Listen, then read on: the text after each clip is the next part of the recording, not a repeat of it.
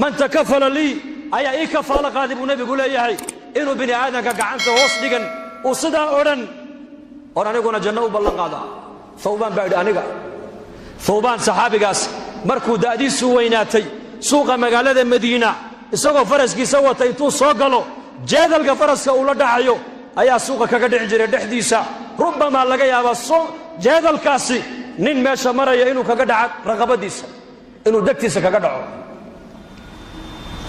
ma odhan jirin isoo sii bal intuu dhaadhaco ayuu gacantiisa ku soo qaadan jiray markaasaa lagu odhan jiray yaa thawbaan saaxibu rasuulillaahi baa tahee nin da'weyn baa tahee jeedalka agteeda ku dhacay maadna tidhaahdaa annaka noo dhiib markaasuu odhan jiray nebi maxamed baa ballan la galay ballankii nebi aan la galay baan buuxinayaa buu odhan jiray laa tas'alanna bunaya aadama xaajatan wasal iladii abwaabuhu laa tuxjabu fallaahu yaqdabu in tarakta su'aalahu wa bunaya aadamu xiina yus'alu yaqdabu bani aadam baahidaada ha u sheegan baahidaada waxaad u sheegataa ilaaha albaabadiisu mar walba aan la xidhayn ee albaabadiisu ay furan yihiin kaa baahidaada u sheego haddaad baryada ilaahay aad daysidna ilaahay waa kuu cadhoonayaa bini aadanka haddaad barididna baryaday kugu nacayaan bini aadamku baahi badan iyo bugtaan badanba waa la isku nacaa taasay leeyihiin bini aadan haddaad tidhahdid keen oo ku nici ilaahay haddaad keen odhan weydid isna uu kuu cadhoon gacantan marka waxaa laynoo siiyey inaan ilaahay hoos dhiganno ilaahay barino maalik binu diinaar raximahullah habeennada ka miduu ku manaamay manaan baa lagu yidhi kac masaajidka ku yaalla xaafadda waa madiinatu basra inan yaroo shaab baa jooga oo ilaahay ku caabudaya 3 maalmood yarkaasi cunto ma cunin qaadoo raashin kariyo u gee baa lagu yidhi manaam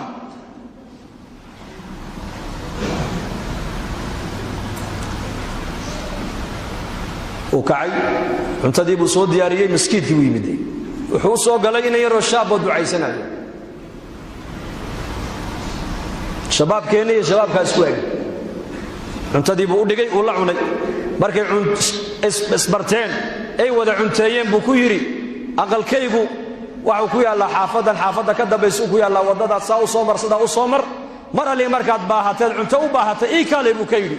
hadalkaa markuu yarkii yaraa maqlayba wejigiisii buu beddelay wuxuu yidhi maad i taqaanay horay may maan ku aqaanay maya